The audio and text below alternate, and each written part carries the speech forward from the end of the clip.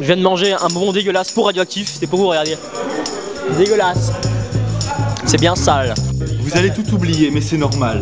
Je vois le Starbucks. Je me sens très très bien et j'ai de la joie dans mon corps. Un gros truc de fou.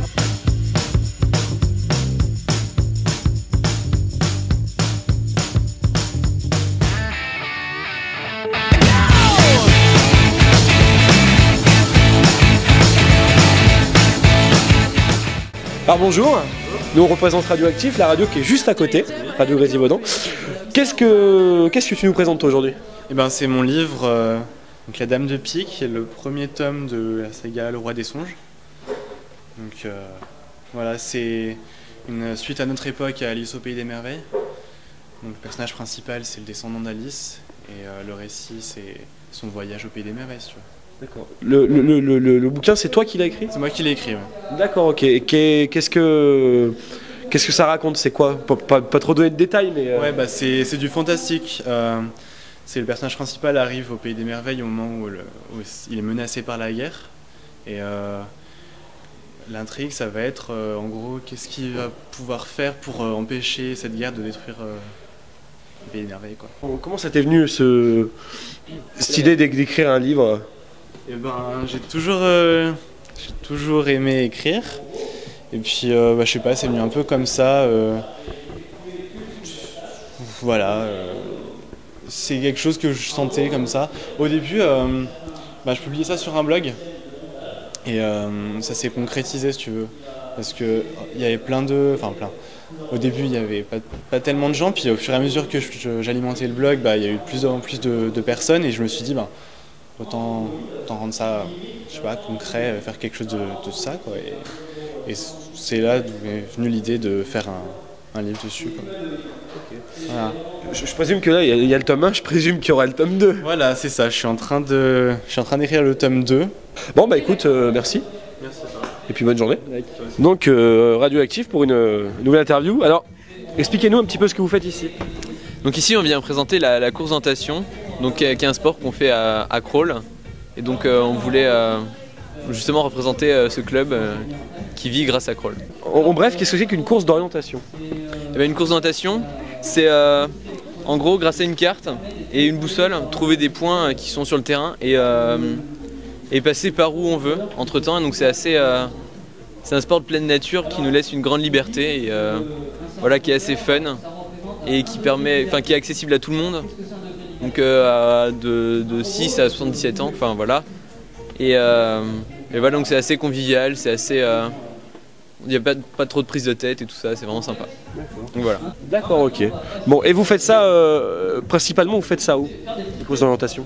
Alors on fait ça un petit peu partout autour de Grenoble et tout ça, mais c'est cartographié, il y a beaucoup de cartes, et donc on va en faire un peu partout. Mais on doit se déplacer et tout ça, et voilà. Ça marche sous forme de balises, c'est ça? Ouais, c'est ça, donc il y a des points de passage qu'on appelle des balises, et donc on doit aller pointer une par une dans le bon ordre pour faire notre circuit. Salut, c'est Meloman du crew des As Frenchies et ECK. On est là au Daisy numéro 3 pour faire voir un peu tout ce qu'on fait.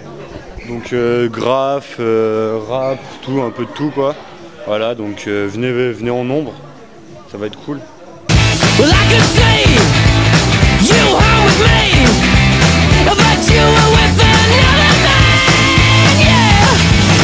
I know we ain't got much to say before I let you get away, yeah. Voilà, donc nous nous retrouvons maintenant à l'atelier Cupcake. Présentez-nous un petit peu ce que vous faites, les ingrédients, comment est-ce qu'on peut faire un cupcake, et puis présentez-vous aussi si vous faites ça aussi tous les jours et comment vous avez appris à faire ça. En fait, je suis dans l'association Capocase à la base et on cherchait une activité qui puisse réunir des petits, et du coup on a trouvé ça. Et la recette elle est assez basique, d'ailleurs on distribue des recettes là, du sucre, du beurre, des œufs et de la farine, c'est tout. Et après du coup ici l'atelier c'est plus décoration. On a du glaçage au beurre, donc gras et beurre, non gras et sucre. Après Nutella, et sinon on est allé The Cake Shop à Grenoble, je sais pas si vous connaissez. Du coup on a acheté plein de trucs là-bas, c'est vraiment génial. on a acheté la pâte à sucre qui permet... c'est comme de la pâte à modeler. Du coup, on peut faire des petites figurines. Donc après, il y a les petites étoiles pour mettre dessus, voilà. D'accord. Est-ce que tu peux nous faire des cupcakes radioactifs Ouais, pas de problème. en live? Non mais tout de suite. Ok. Donc là, j'utilise la pâte à sucre. C'est comme de la pâte à modeler, ça s'utilise très facilement. Acheté dans un cake shop. Ouais, voilà. En dessous de la pâte à sucre, donc en fait c'est un gâteau yaourt tout simple que vous avez fait dans des moules ou c'est un muffin quoi? Oui, c'est ça, c'est un muffin. Alors attends, écoute, regarde. Il faut mieux qu'il soit léger le gâteau en dessous parce que le dessus... c'est bien lourd. Là, c'est bien lourd. Stylé, radioactif. Franchement, chapeau l'artiste. Merci beaucoup. De rien. C'est avec plaisir. Voilà, on est en direct toujours pour une interview avec Radioactif. Ton prénom? Swan Blanc. D'accord, Swan Blanc. Alors aujourd'hui, tu es là pour nous présenter? Je fais un stand sur la robotique en fait.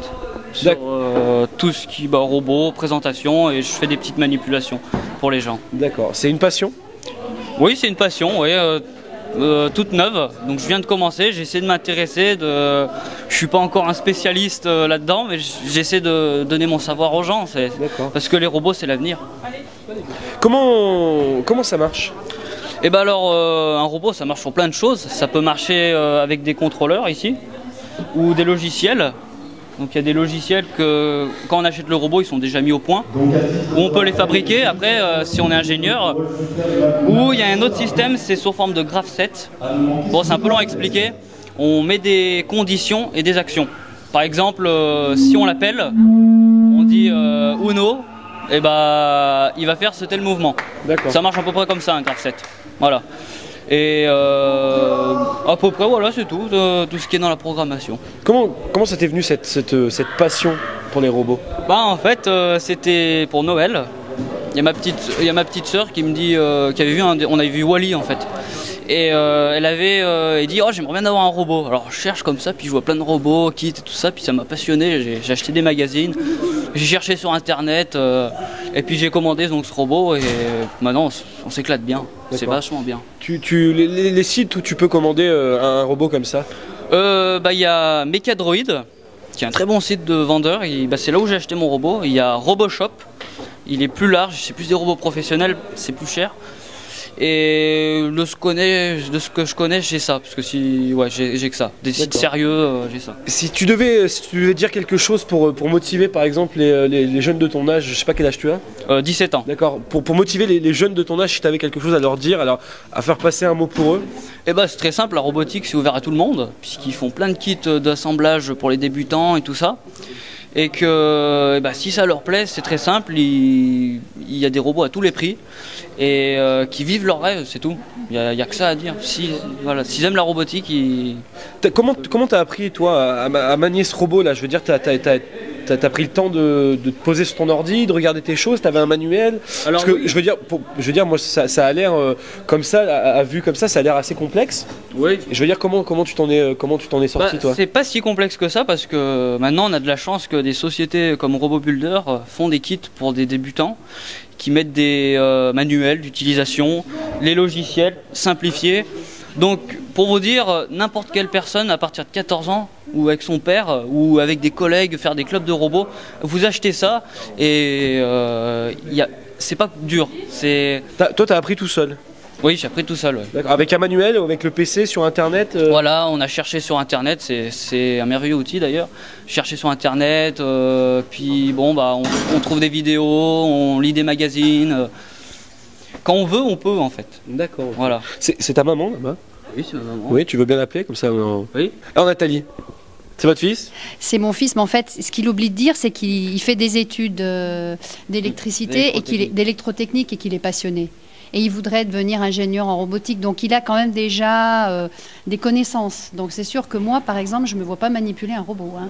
Non plus, je vous rassure. Voilà. Donc, mais bon, apparemment, si on est débutant, il y a moyen peut-être de se lancer. Hein. Oui, mais vous le soutenez Complètement. Non, parce qu'en plus, il a d'autres compétences. Hein. Il est DJ, il aime mixer, il anime des soirées, il aime la magie. Donc, faut le suivre à l'artiste là. Hein. Donc il faut venir, il faut déballer. Non, c'est-à-dire qu'après il faut installer, mais après il faut défaire, il faut ranger. Voilà. Je connais ça aussi, je connais ça. D'accord. Mais moi, je suis à fond derrière lui. Je pense qu'il faut, il faut vivre ses rêves. Et pas rêver sa vie, il faut vivre ses rêves.